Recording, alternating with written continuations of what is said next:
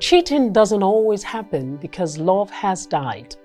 Sometimes it happens because love is there, but other needs are starving.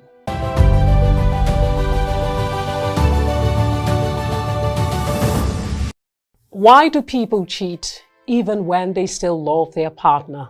It is easy to believe that love should be enough to protect a relationship from betrayal.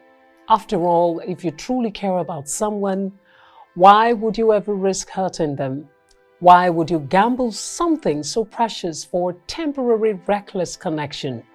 But real relationships, real emotions are rarely that simple.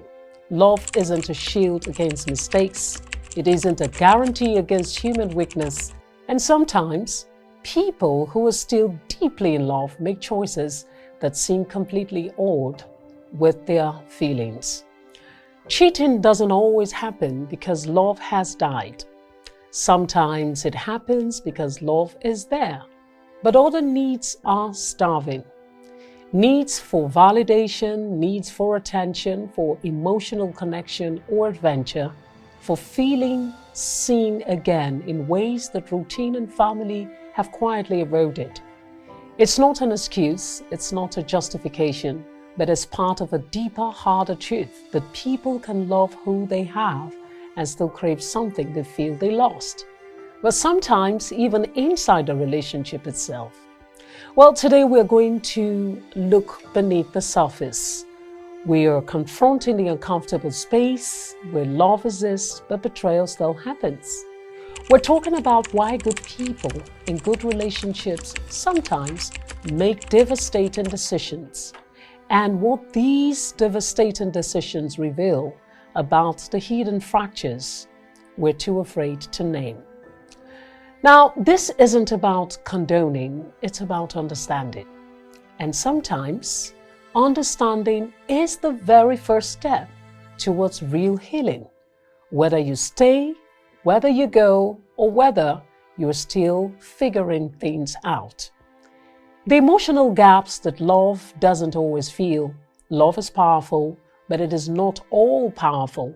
It can create deep bonds, build families, and inspire breathtaking loyalty. But even in the strongest relationships, love can't fill every emotional gap that life exposes. Love doesn't automatically erase loneliness. It doesn't always heal old wounds.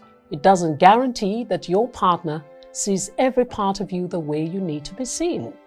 And when those gaps go unnamed and unaddressed, they quietly become vulnerabilities, spaces where resentment grows, where validation dries up, where temptation finds a foothold. Now, people cheat not always because they love someone else more, but because they feel a part of themselves slipping away quietly. They miss who they used to be before responsibility, routine, or pain wore them down. They miss feeling desired without asking. They miss pain playful without fear or rejection. They miss the version of themselves that felt fully alive. And sometimes another person offers a mirror to that lost self. In moments of weakness, that reflection becomes irresistible. Now, this isn't about blaming partners for each other's choices, because cheating is a decision no matter the backstory. But pretending that love alone can patch every crack in a relationship leaves couples dangerously exposed. Emotional disconnection doesn't always announce itself with arguments or distance. Sometimes it shows up quietly in exhaustion, in predictability, in the slow disappearance of joy. And when people feel unseen for long enough, when emotional needs stay buried under the surface long enough, the right or wrong moment can become a trapdoor they didn't plan to fall through. Understanding the emotional gaps doesn't excuse betrayal, but it does explain why even the ones who love us sometimes break us the most. When cheating isn't about replacing, but about escaping, cheating is often misunderstood as a search for someone better.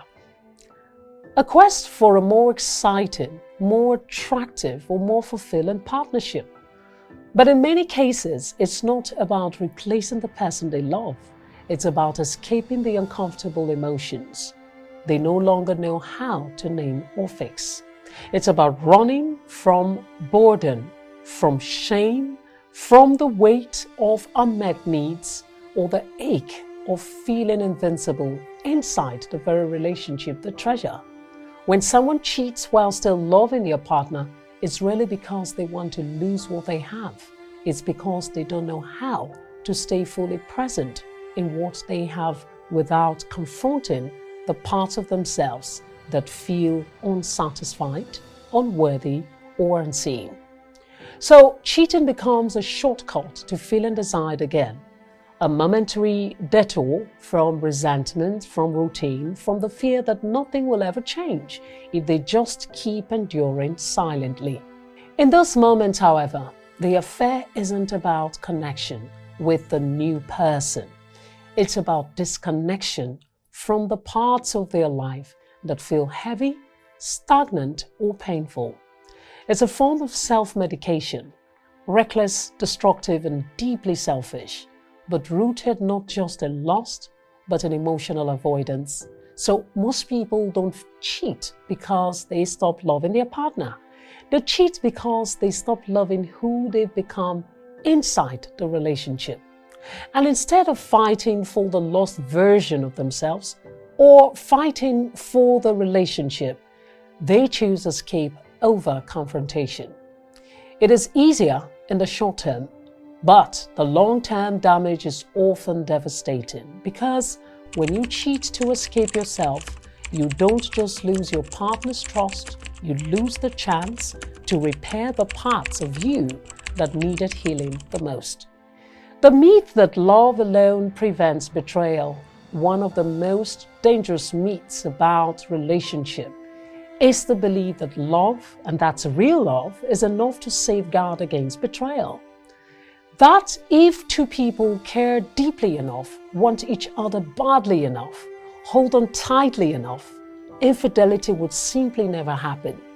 It's a comforting idea. It makes betrayal feel black and white. But in reality, love isn't a magical shield, it's a foundation. And even the strongest foundation can crack if it isn't maintained with intentionality, with honesty, and emotional presence. So people cheat for reasons that often have little to do with the depth of their love and everything to do with the parts of themselves they have neglected or denied for a very long time. Stress, resentment, insecurity, unmet emotional or physical needs. These forces can quietly corrode loyalty over time, especially when communication collapses. Love can keep someone tethered to the hope of a relationship, but it doesn't automatically teach them how to navigate disappointment, loneliness, or temptation.